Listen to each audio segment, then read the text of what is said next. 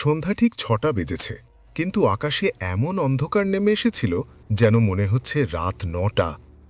একটা পুরনো ভাঙাচড়া অটো দুলতে দুলতে গ্রামের রাস্তা দিয়ে এগোচ্ছিল।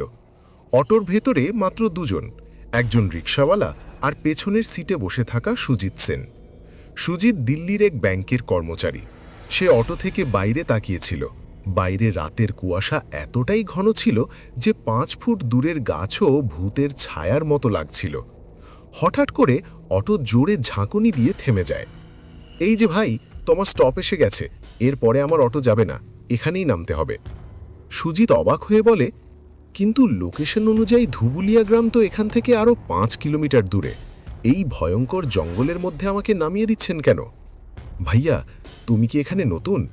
এই রাস্তায় সন্ধ্যার পরে কেউ ধুবুলিয়া গ্রামের সীমানা পার হয় না। সামনে যে পুরনো বটগাছটা দেখছো, ওটা পার হলেই ধুবুলিয়া গ্রামের পথ শুরু।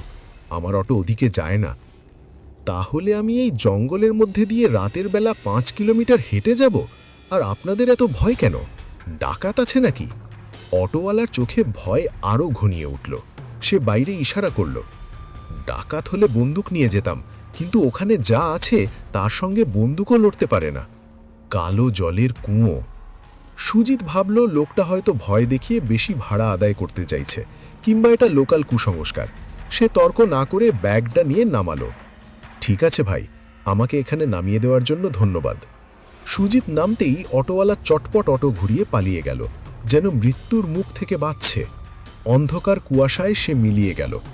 এখন সেই ভয়ঙ্কর জঙ্গলে একা সুজিত। সামনে ঘন বন, চারপাশে মৃত্যুর মতো নিস্তব্ধতা।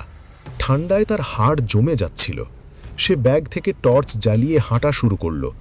পাথুরে কাঁটায় ভরা পথ, দুপাশে উঁচু উঁচু গাছ। বারবার মনে হচ্ছিল ঝোপের আড়ালে কেউ হাঁটছে। পাতার শব্দ তার পায়ের তালে তালে চলছিল। নিজেকে বোঝাতে বোঝাতে সে বলল, এ শুধু হাওয়া।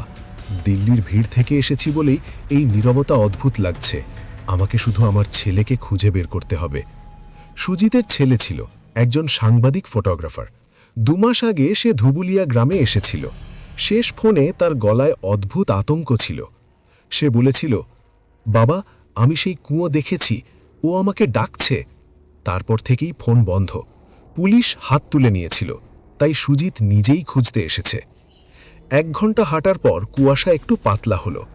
দূরে কিছু আলো দেখা গেল। গ্রামের ঘর থেকে আসছে। সামনে একটা পুরনো কাঠের বোর্ডে লেখা, ধুবুলিয়া গ্রাম, এখানে আসা মানে মৃত্যুকে আমন্ত্রণ। সুজিত শিউরে উঠল।